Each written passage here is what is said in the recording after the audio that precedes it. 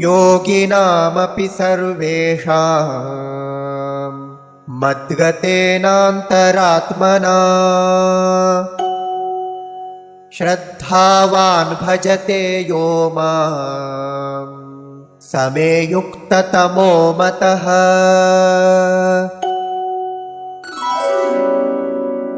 इति श्रीमद्भगवद्गीतायां श्रीकृष्णार्जुनसंवादे आत्मसंयमयोगो नाम षष्ठोऽध्यायः।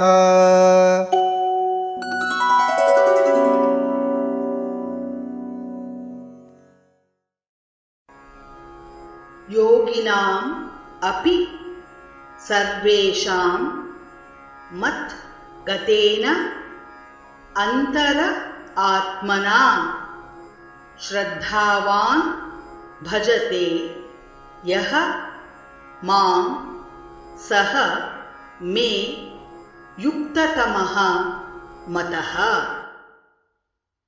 योगिनामपि सर्वेषां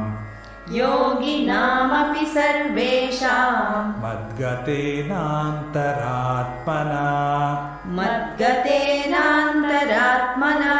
श्रद्धावान् भजते यो मां स मे युक्ततमो मतः। योगिनामपि सर्वेषां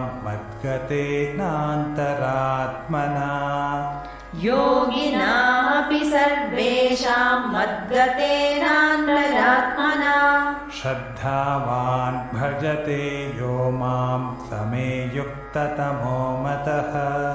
श्रद्धावान् भजते यो मां स मे युक्ततमो मतः। योगिनामपि सर्वेषां मद्गतेनान्तरात्मना श्रद्धावान् भजते यो मां स मे युक्ततमो मतः।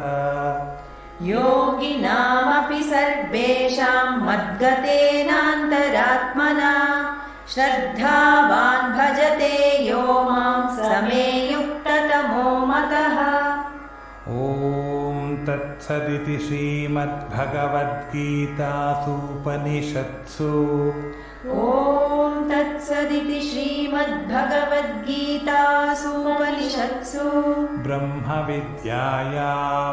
ब्रह्मविद्यायां योगशास्त्रे श्रीकृष्णार्जुनसंवादे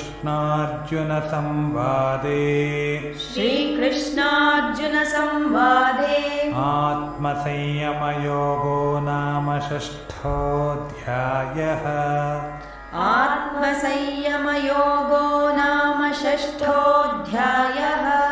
हरिः ॐ तत्सत्। हरिः ॐ तत्सत्।